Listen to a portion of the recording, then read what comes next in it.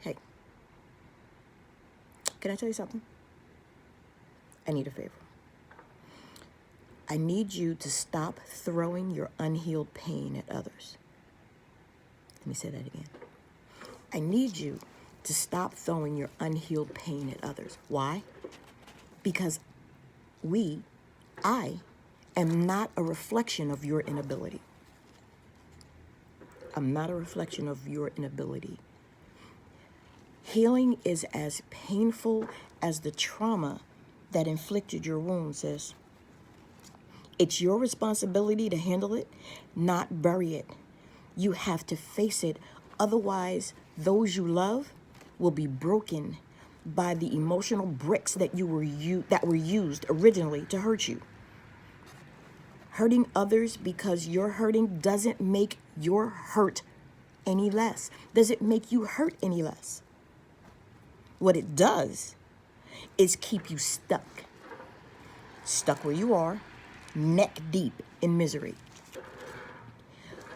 What it will do is cut others who had zero to do with what is up with you. Zero to do with your issues. Zero to do with that trauma that caused your pain. You can't mask it. This is something you have to look at square in the face. You can't mask it. You can't put a Band-Aid on it. Like a new outfit. Band-Aid's like a new outfit. More food. Drugs. Be they street drugs, prescription drugs, drugs. Liquor. You can't drink this away. Because no matter what you do, like eating more food, that food's going to end. That plate's going to be empty sooner or later. That outfit's going to be old in a few months. Those drugs, that alcohol, that wears off. And whereas they may anesthetize that pain, they may deaden it, that wears off. And that new relationship that you got into to make you feel better because that person is loving on you, at the end of the day, though, your pain's still there. You may have somebody sleeping next to you, but you still have that pain. When no one else is around, you still have that pain. You still have you when you look in that mirror, and that pain is staring you back, dead in your face. It's still there. Your pain is still there, no matter what Band-Aid you use. It will always be there until you put on your big girl drawers and deal with it in a healthy manner. That would mean therapy. There's nothing wrong with going to therapy. Absolutely nothing. The stigma around, and I'll say this all the time, the stigma around mental health in the Black community, it'll keep you hiding and masking, putting makeup all over what's going on inside of you. But then you have to take a shower and wash that makeup off, and there it is. And I know change is painful, but know this. And I understand this concept, and I need you to understand it as well. If all you've ever known was pain and abuse, then the thought of living without it might be frightening, very, very scary. But you have to ask yourself this question, which is worse? Living day to day broken and hurting, or living a fulfilled life? Misery or fulfilled life?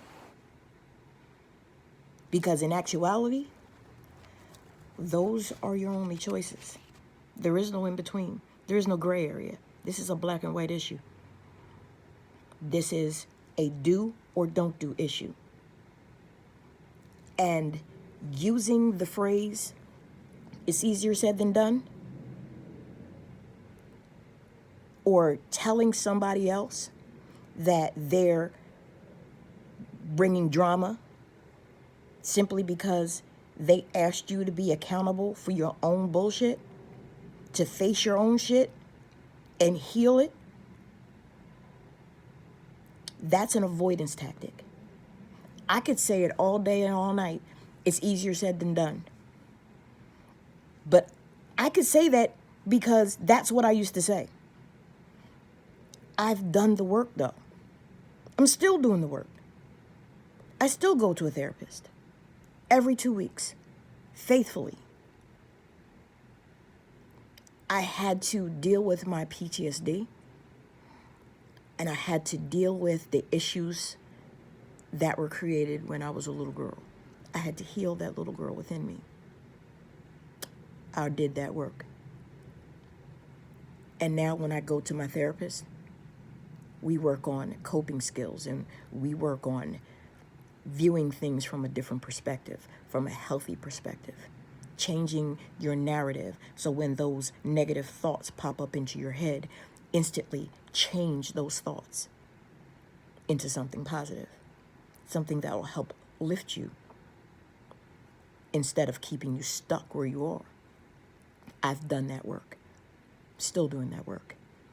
I've stared my demons in the face, and with the help of, I've had several dope-ass therapists, I'm telling y'all, and they gave me homework. So a good therapist, they're going to give you some homework. They're going to give you some assignments to do when you're not sitting in front of them. And you come back with the results, and the results are life-changing. I've conquered my traumas, and I'm still a work in progress. I'm always teachable. I've released the pain that I held on to for 51 years. 51 years. 51 years, and I'm 57. So things started to get ugly in my life when I was 6. I've seen some things that no child should ever see. I've heard things. I've been exposed to things. I have a lot of phobias because of some of the things that I was exposed to, things that were done to me when I was a little girl. I faced it, stared it down, kept the box of tissues because I cried all day. I cried all night. But crying is a part of healing. You have to let it out.